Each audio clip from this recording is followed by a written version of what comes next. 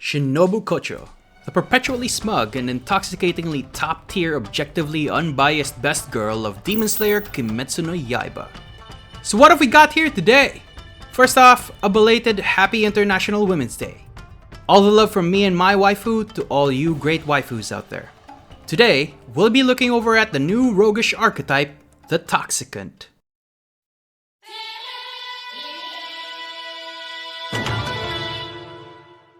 Welcome to my waifus, the MC.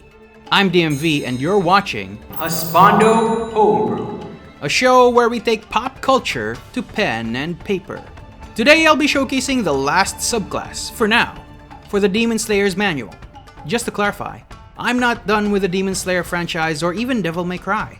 I'm just going to move to other kinds of content to give myself some breathing and thinking time for more homebrew. As for the new show, well, you'll just have to wait until next week. Before we begin, I would love it if you'd stab that like button several times and you fill this channel with your subscription. So today we'll be looking over the Toxicant, a roguish archetype that is based on the absolute best girl of the series, Shinobu Kocho. Toxicant by definition is a toxic substance that's introduced into an environment, and I figure that's fairly apt for the Lady of Maladies, as she uses her insect breathing to destroy demons from within using poisons rather than brute force. So why didn't I call it straight up insect breathing? Mostly cause it doesn't line up with the naming style of most other roguish archetypes. That, and I think Toxicant just sounds cool. So let's take a look at the first few features in Part 1. Under Your Skin. The Toxicant bucks conventional warfare against demons, avoiding direct confrontation and preferring to use deadly poisons. In conjunction with the high-speed movement techniques of insect breathing, they use their speed and momentum to bypass their quarry's supernatural physicality and inject them with deadly toxins to destroy them from within. Third level, you get 3 features. First is bonus proficiencies, where you gain proficiency or expertise in Poisoner's Kit and the medicine and nature skills. I added this more for flavor rather than function. Second feature at third level is Toxicologist. This one doesn't do much on the surface, but it does outline a key resource that the subclass uses called toxins.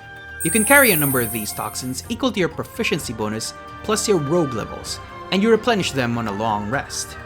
This one also details the dex-based DC involved with the toxin effects.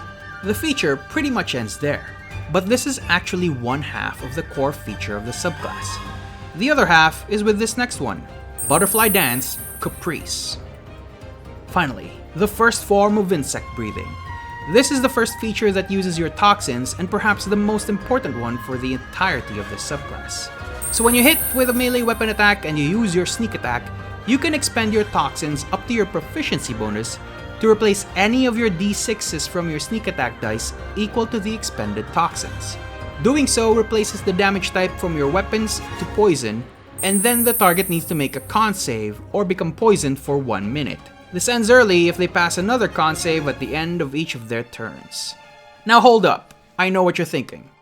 But DMV, most creatures, let alone fiends, are resistant if not outright immune to poison. Well, my imaginary inquisitor, this lengthily named features got you covered. See, when the toxins you expended are equal to or greater than the target's constitution modifier, you bypass that resistance/immunity to poison. Provided the target isn't a construct or elemental, cause let's face it, there's really nothing to poison with those things. Sure, there's a bit of a guessing game, but majority of the time you'll be fighting things that have a con mod of +3 or lower. Hopefully you don't fight a Tiamat level threat and encounter a creature with 30 in constitution or something. But we'll get to that later, so do stick around. Another thing about this feature is if the poison damage you rolled is equal to or greater than the target's constitution score, the creature auto-fails the initial con saves against your poison.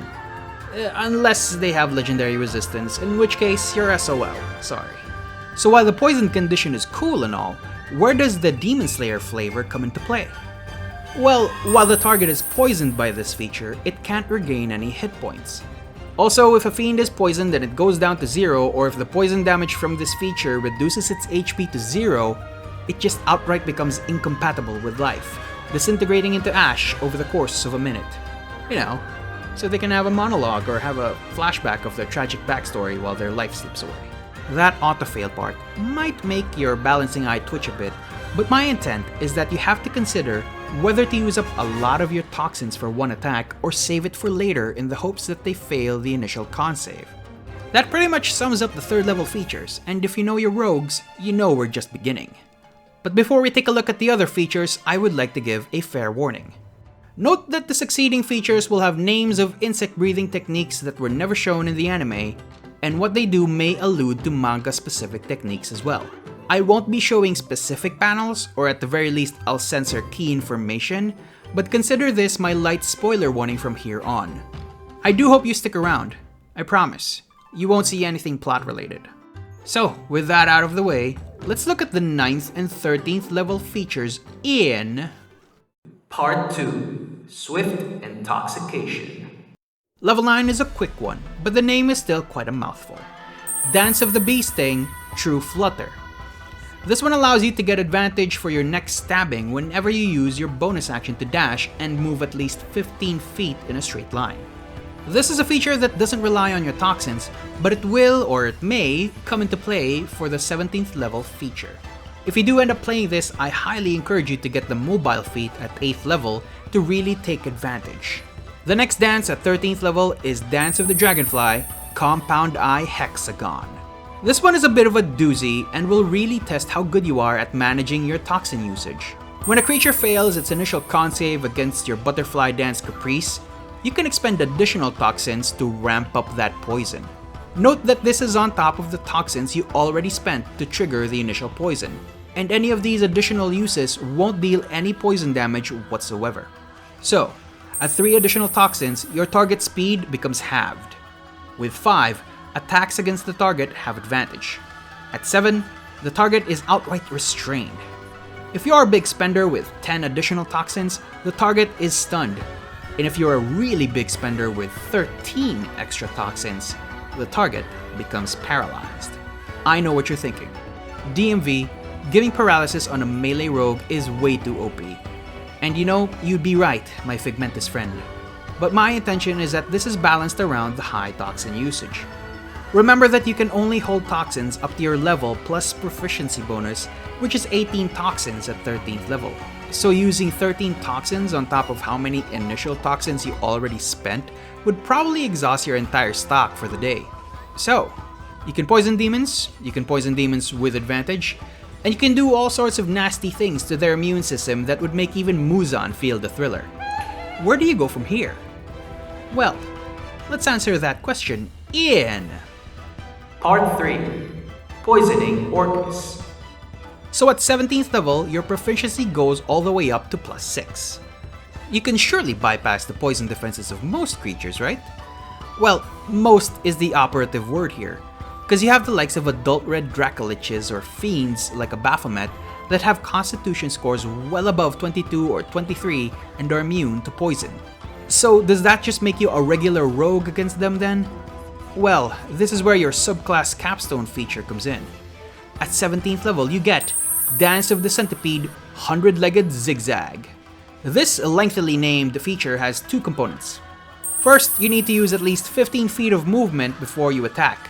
Zigzag pattern appreciated, but not necessary. Note that I specifically mentioned 15 feet of movement, but you can certainly string your features together and get advantage on your attack by using Dance of the Bee Sting, True Flutter. The second component is when you hit, which is when you use your Butterfly Dance Caprice and start delivering the poisonous parcel. This basically overclocks your stabby good time, allowing you to inject your toxins, but harder. When you do so, you ignore the poison defenses of your target if you expend toxins equal to only half of its con mod, instead of the whole con mod. This means you can poison the likes of Tiamat by using 5 toxins since she has a con mod of +10. Heck, with this feature, you can poison a creature that has a constitution score of 35, which is completely unheard of in terms of official content. Unless your DM read this feature and decided to up their constitution score to 36 so that none of your features work, in which case, your DM is kind of a dick. Hopefully that's not the case. But let's move on to the next part with Part 4, Your Turn. I believe I am of most unbiased authority in saying that Shinobu Kocho is the best girl of Demon Slayer. You can let me know in the comments how right I am and that my opinion isn't solely based on how much I simp for her. Not gonna lie, even among other Demon Slayer subclasses, this one is kind of my favorite. Be sure to check out the Ko-Fi link in the medicine box down below and feel free to share this to your older sister. Like and subscribe for more homebrew content, and thank you for making it to the end of the video. This has been my wife is DMC. I'm DMV, and I'll see you in the next Husbando Homebrew.